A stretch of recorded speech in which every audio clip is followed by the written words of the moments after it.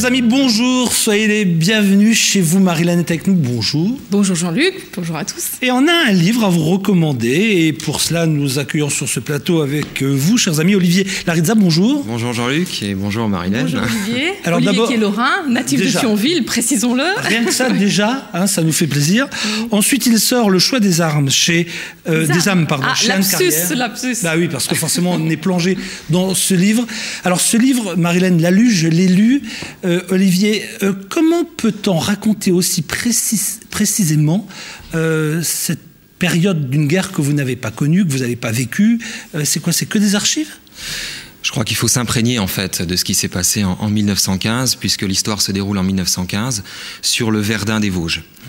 Verdun est connu internationalement et nous avons dans les Vosges un Verdun qui a le même statut, monument national, historique, depuis 1921, une montagne qui culmine à 1000 mètres d'altitude, qui s'appelle le Vieil Armand, sur laquelle s'est déroulé un épisode méconnu de notre histoire. Et je me suis rendu sur ce lieu, et c'est quelque chose de proprement hallucinant. Et pourquoi on a moins médiatisé, enfin on a moins parlé de cette bataille où 60 000 soldats allemands et français sont morts, justement? Oui, on n'est pas tout à fait... Je serais prudent sur les chiffres, mais je pense que... J'ai pris le chiffre que j'ai trouvé. Oui, peut-être plus d'ailleurs. Peut-être un peu moins. Je pense que c'est pas un problème quantitatif d'ailleurs, mais si on ne sait pas trop, c'est parce qu'un tabou en fait pèse sur ce qui s'est passé depuis 90 ans, ce qui semble incroyable. S'agissant de la Première Guerre mondiale, on pensait que tout avait été dit, tout avait été raconté. Eh bien non, et je pense qu'il y a eu une telle volupté finalement dans l'horreur. Qu'est-ce qui n'a pas été dit?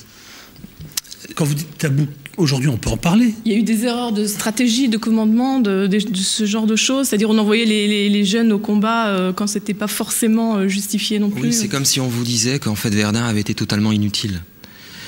C'est-à-dire que c'est dizaines de milliers de vies sacrifiées pour aucune raison, ni stratégique, ni militaire. Et aussi, ce qui reste tabou, c'est à quel point l'humain peut se rendre finalement abject. Ce que j'ai voulu faire dans ce livre, c'est pas uniquement parler évidemment également ce que l'humain peut endurer. Parce qu'il y a des frontières qui sont repoussées. Là, on se dit comment quelqu'un peut supporter autant de choses, quoi. Ouais.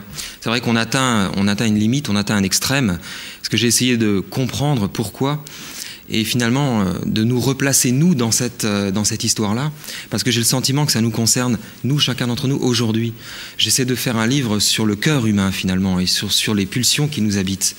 On peut manifester des choses tout à fait sublimes, le lien amical, le lien amoureux, le lien fraternel, filial, et puis en même temps être capable, dans certaines circonstances, de se laisser aller au pire. Et vous pensez que la guerre, le conflit, cet enfer véritablement qu'ont vécu ces soldats, c'est une sorte de révélateur en fait. Les hommes se découvrent eux-mêmes dans leurs aspects les plus sombres et aussi les plus lumineux. L'amitié entre les hommes. C'est vrai que c'est une phrase de Faulkner, ça en fait. Hein. Le champ de bataille révèle en fait à l'être humain toute son étendue.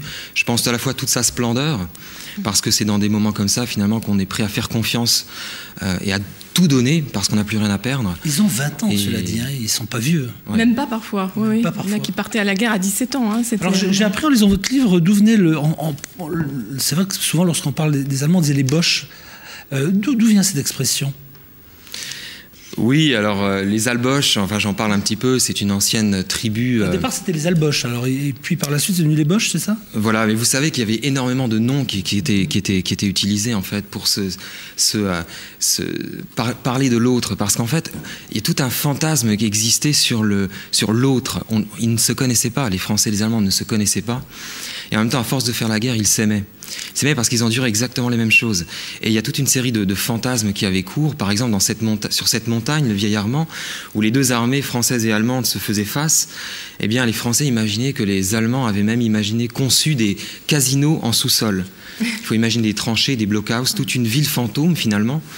Et on imaginait mieux équipés aussi, c'est-à-dire ils avaient plus d'atouts en matière d'armement. Oui, l'électricité, l'eau, c'était une ville véritablement a été construite sur une montagne, et ça c'est tout à fait inédit dans l'histoire de l'humanité. Il y a des moments vraiment très émouvants. Par exemple, il y a le moment où il y a un corps à corps entre deux soldats. Le Français qui a face à lui ce soldat allemand et qui voit son visage et qui dit « il est tellement beau, il est jeune et il est sûrement comme moi, il a sa femme à la maison, etc. » Et il dit « c'est lui ou moi ». et il doit lui enfoncer la baïonnette, et c'est des moments qui vous donnent la chair de poule, quoi. Bon, j'ai pas non plus fait un livre gore, hein. J'ai essayé véritablement de... C'est pas... Oui. Mais je tiens à signaler c'est vrai que il y a eu énormément de choses décrites et de filmées sur la Première Guerre mondiale. J'ai voulu essayer de faire un livre un petit peu à part, un livre un peu spécial.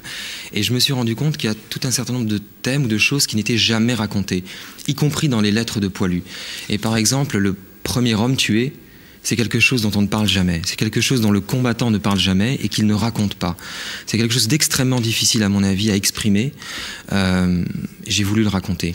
Comme j'ai voulu raconter, par exemple, le manque, non pas amoureux, mais le manque presque érotique aussi, l'absence de la femme. Finalement, oui, quand on est très loin de chez soi... Comment vous rentrez dans la peau du personnage? Parce qu'à un moment donné, vous vous racontez, c'est comme si vous y étiez, vous n'y étiez pas. Alors, j'y étais pas en 1915, j'y étais en 2007 et un petit peu en 2008. J'ai passé même une nuit dans un bunker. Il faut véritablement s'imprégner du lieu, il faut écouter ce silence où finalement vibre, grouille toute une vie qui a disparu. Et il y a quelque chose de mythique. Donc on sent tout ça quand on est sur place. Vous vous êtes rendu peut-être sur les champs de bataille à Verdun ou parce que là c'est une autre grande... Bon, à Verdun, j'y étais quand j'étais beaucoup plus petit, mais là je me suis rendu il n'y a pas très longtemps et j'ai essayé de capter toutes ces ondes. Et en même temps, écrire c'est quoi? C'est être un acteur de l'intime, si je puis dire. On construit un film et puis on essaie d'être dans le film pour pouvoir justement donner au lecteur cette... Mais je voudrais rassurer vos lecteurs potentiels qui vont peut-être acheter le livre, je l'espère. Vous parliez de gore, c'est pas gore. Moi, j'ai pas trouvé ça gore du tout. C'est-à-dire que c'était une boucherie, c'était un carnage, c'était quelque chose d'abominable. Et malgré tout, avec vos phrases, vous arrivez à magnifier cette situation. C'est presque poétique par moments, tellement vous décrivez ces brasiers, c'est très beau. Je tiens à le dire parce qu'on n'ait pas peur que ce soit sanguinolent, c'est plutôt poétique que sanguinolent. Elle a dit, j'ai lu un super beau bouquin. C'est magnifique et c'est bouleversant et très bien écrit. 1915, la guerre fait rage en Europe et sur l'un de ses symboles, le vieil Armand. Donc ça commence comme ça. Le choix des âmes, c'est Olivier Larisa et c'est aux éditions Anne Carrière. Merci beaucoup Olivier d'avoir pris un peu de temps pour nous. Et je précise que vous serez au Salon du Livre à Verdun les 8 et 9 novembre prochains. Fallait le dire.